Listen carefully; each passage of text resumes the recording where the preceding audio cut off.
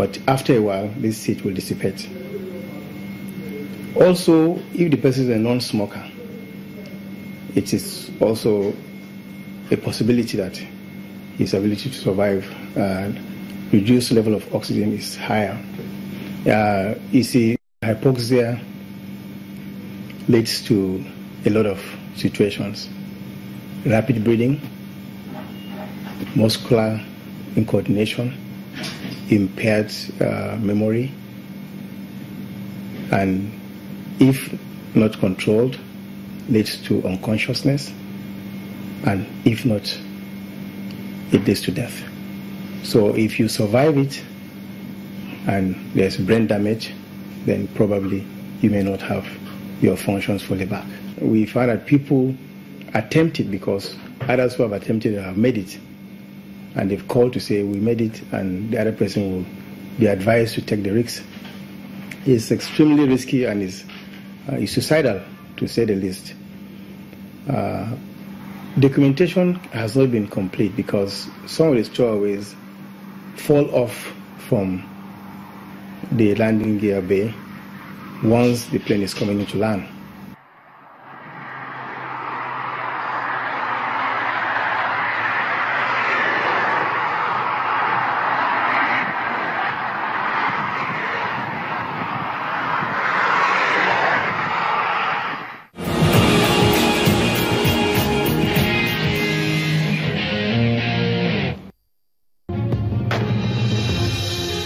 Over the years, many plane mishaps has occurred across the country, increasing the fear of taking flights to different places.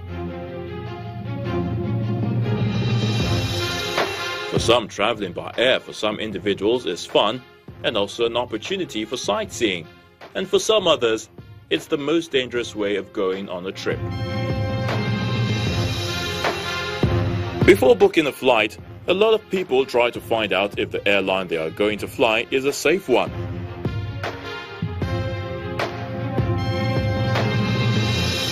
However, it's very difficult to say if an airline is safe or unsafe. What should be of utmost concern to an aircraft passenger is having some level of knowledge of flight safety in case an emergency landing occurs. The first and most helpful step a passenger can embark on is the one taken before the actual takeoff. Listen to the cabin crew.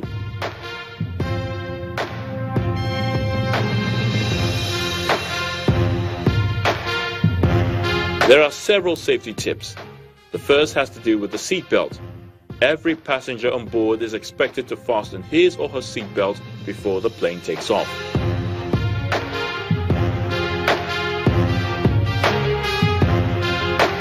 Secondly, the seat should be upright and in a locked position during takeoff, as well as the end of the trip. Then the emergency exits.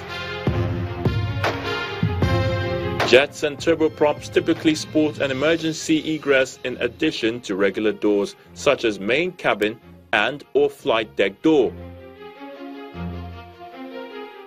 And for some other aircraft, is the main cabin door closed after a water ditching, when the emergency exit may be more appropriate. Emergency O2. Flying above 25,000 feet, unconsciousness comes quickly in the event of depressurization. At 30,000 feet and above, unconsciousness comes in seconds. Death ultimately follows if left unattended.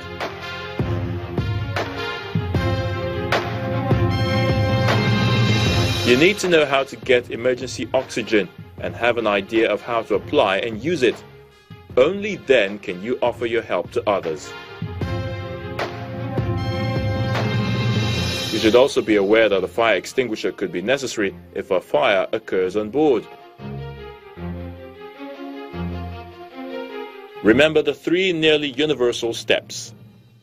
Remove the locking pin, point the nozzle at the base of the fire in almost all cases, and squeeze the handle, moving the nozzle from side to side to cover the base. Automated External Defibrillator, AED. These come in sizes down to around the dimensions of a 3-inch 3-ring binder, and they are used to save lives. All you need to do is find out the location.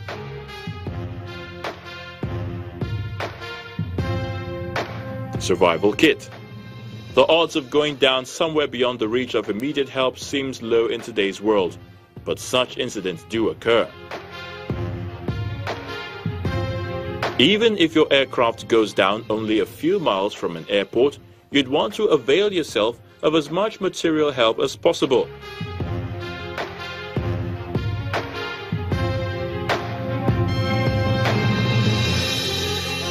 Space blankets, for example, can help someone ward off the short-term impact of shock and the long-term impact of trauma.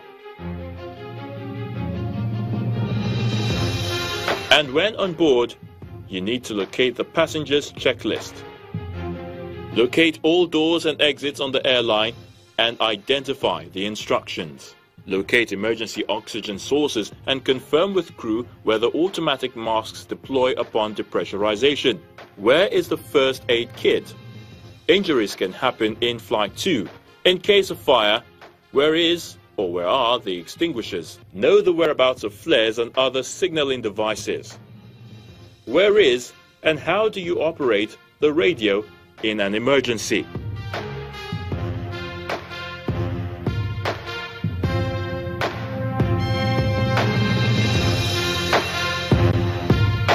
All of these will indeed help whenever any emergency incident happens.